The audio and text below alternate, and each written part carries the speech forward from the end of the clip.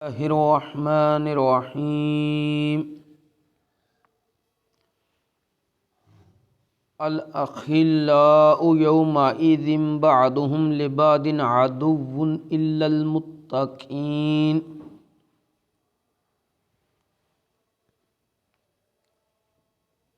صدق اللہ العظیم و صدق رسولہ النبی الکریم الامین۔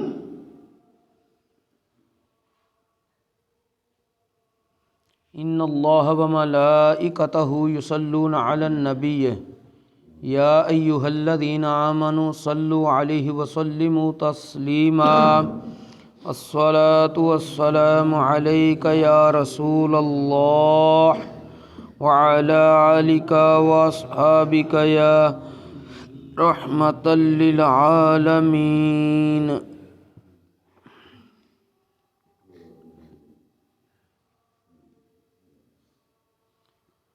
خطبہ دے اندر قرآن مجید فرقان حمید دی سورۃ الزخرف اس دی آیہ مبارکہ نمبر 67 تلاوت کرنے دا شرف حاصل کیتا ہے، جس دے اندر اللہ تبارک و تعالی نے ارشاد فرمایا الاخلاء یومئذ بعضهم لبعض عدو الا المتقین۔ گہرے دوست بھی قیامت والے دیہڑے ایک دوجے دے دشمن ہو جان گے، مگر پرہیزگار جڑے گہرے دوست ہون گے وہ دشمن نہیں ہون گے بلکہ ادھر بھی دوست رہن گے۔ جڑے پرہیزگار لوگاں وچ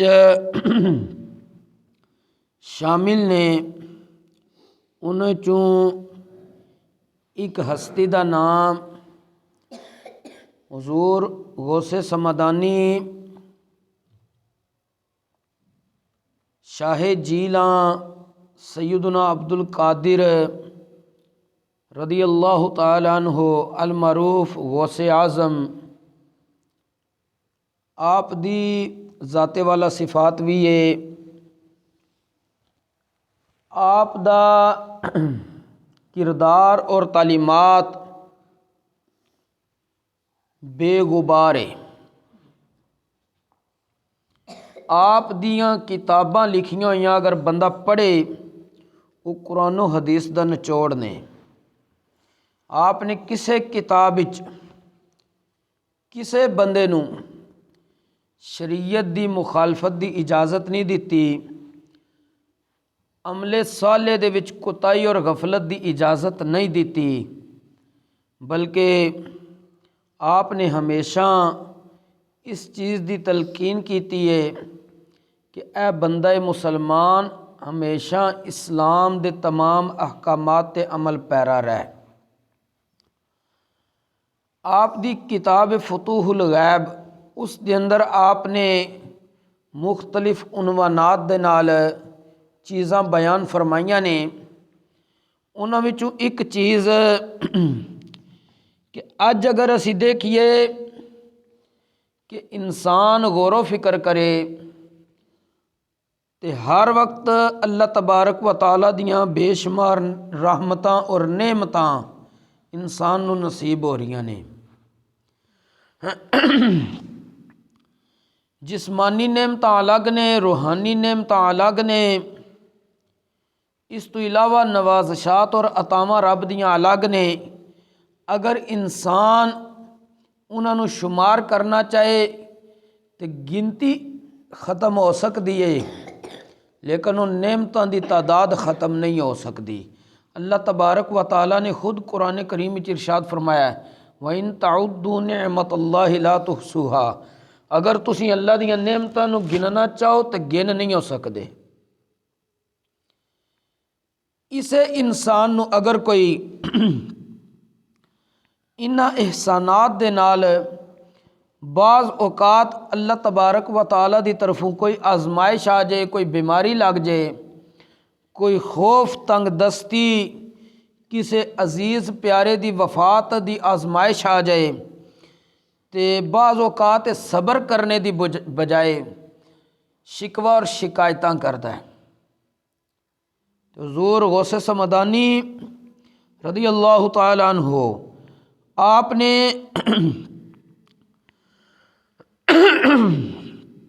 اپنی اس کتاب فتوح الغیب دے اندر 18ویں نمبر مقالہ دا عنوان رکھیا ہے النہی عن الشکوہ، شکوہ نہیں کرنا، شکایت نہیں کرنی۔ اس حوالے نال آپ نصیحت کردیاں آیاں ارشاد فرماندے نے لا تشکون الی احد ما نزل بک من بلاء کائنا من کان صدیقا او عدوا، اے انسان تیرے تے اللہ دی طرفوں جو بھی تکلیف یا مصیبت یا آزمائش آوے او دی کسے بھی دوست یا دشمن نو شکایت نہیں کرنی۔ ولا تتہمن الرب عز وجل فیما فعل فیک وانزل بک من البلاء بل اظہر الخیر والشکر، کہ اے انسان رب تعالیٰ دی طرفوں تنوں جو آزمائش یا کسے بھی کم تے بدگمانی پیدا اللہ دے بارے نہیں ہونی چاہیے۔ تنوں اے نہیں سمجھنا چاہیے کہ نعوذ باللہ من ذالک اللہ نے آزمائش وغیرہ میرے تے بھیج کے چنگا نہیں کیتا، میرے حق وچ رب نے نعوذ باللہ برا کیتا یا رب نے میرے نال ظلم کیتا ہے، ایفو جو جملے بالکل نہیں بولنے چاہیے، شریعت انہاں دی اجازت نہیں دیندی، کیونکہ اللہ تبارک و تعالیٰ نے خود قرآن کریم وچ ارشاد فرمایا ہے کہ بے شک تہاڈا رب بندیاں تے ظلم نہیں کردا، وَأَنَّ اللَّهَ لَيْسَ بِظَلَّامٍ لِّلْعَبِيدِ، تہاڈا رب بندیاں تے ظلم نہیں کردا۔ تے اج کوئی بھی آزمائش آ جائے نا تے کوئی بندہ ویلا کر دیاں آہو بکا کر دیاں کہنا ساڈے نال تے رب نے بھی نعوذ باللہ ظلم کر دیتا وے، حالانکہ رب خود فرماندا میں کدی بندیاں تے ظلم نہیں کیتا۔ تو حضور غوث سمدانی فرماندے نے کہ اے انسان کدے بھی تو اس چیز دی طرف اپنا ذہن نہیں لے کے جانا، بلکہ تو کیا کرنا ہے، ہمیشہ بلائی دا کلمہ بولنا ہے اور شکر دا اظہار کرنا ہے کہ یا اللہ تیرا کرم ہے، تیرا شکر ہے۔ اور اگے آپ فرماندے نے فَكَذَلِكَ بِإِظْهَارِكَ لِلشُّكْرِ مِنْ غَيْرِ نِعْمَةٍ عِنْدَكَ خَيْرٌ مِّن صِدْقِكَ فِي إِخْبَارِكَ جَلِيَّةَ الْحَالِ بِالشِّكْوَى، آپ فرماندے نے اگر تو اپنی کم عقلی دی وجہ تی اے سمجھنا ہے تے تیرے کولے نعمت ہی کوئی نہیں تو شکر کرنا تے ایویں ایک ڈونگ رچایا جاندہ وے، جھوٹ ہے۔ تے آپ فرماندے نے کہ حالانکہ شکوہ جب تو سمجھیں کہ شکوہ سچ ہے تے اے گلاں تیریاں جھوٹیاں نے، شکوہ سچ نہیں، شکوہ نقصان دے وے۔ اور اگے آپ فرماندے نے کہ تو ہر حال وچ اللہ دا شکر کرن دی وجہ اے سمجھ من الذی خلا من نعمت اللہ عز وجل قال اللہ تعالی وَإِن تَعُدُّوا نِعْمَةَ اللَّهِ لَا تُحْصُوهَا فَكَمْ مِن نِعْمَةٍ عِندَكَ وَأَنْتَ لَا تَعْرِفُهَا، کہ اے انسان اگر تنوں کوئی آزمائش آ جاندی ہے، تیرے کولے اللہ دی کوئی نعمت بظاہر میسر نہیں ہے، کسی دوسرے انسان کولے میسر ہے، تے تو اے بھی تے ویکھنا رب دیاں نعمتاں جنہاں نوں تو گن نہیں سکدا، ہو سکدا تیرے کولے کوئی ایسی نعمت موجود ہوئے لیکن تنوں دی پہچان ہی نہ ہوئے۔ پھر اگے ہی فرماندے نے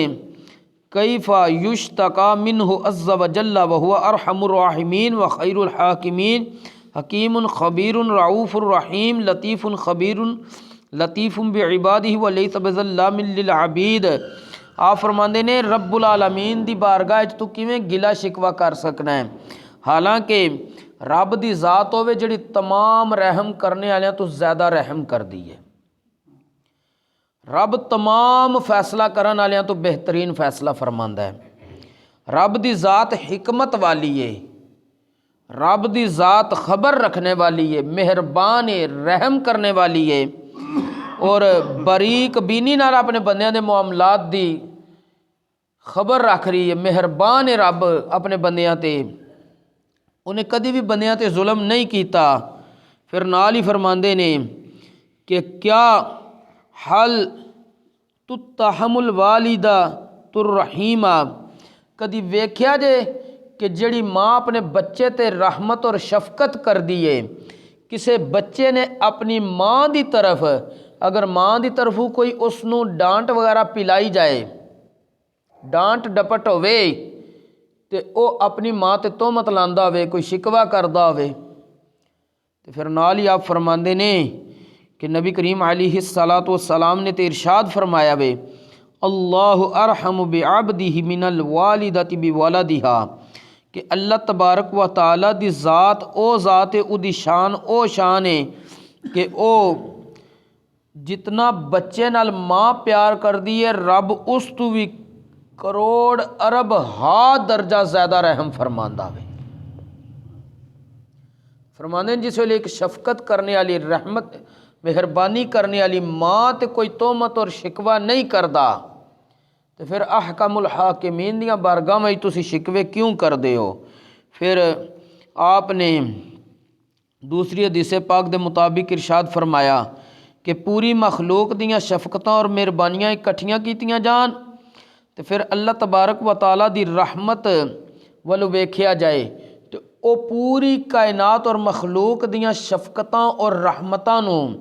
رب دی رحمت دے مقابلے چ اتنی بھی نسبت نہیں ہے جتنی ایک سمندر دے نال پانی دے قطرے نو ہے۔ ایک پانی دا قطرہ او دا مقابلہ سمندر دے پانی نال کیتا جائے تو کی نسبت قائم کرو گے؟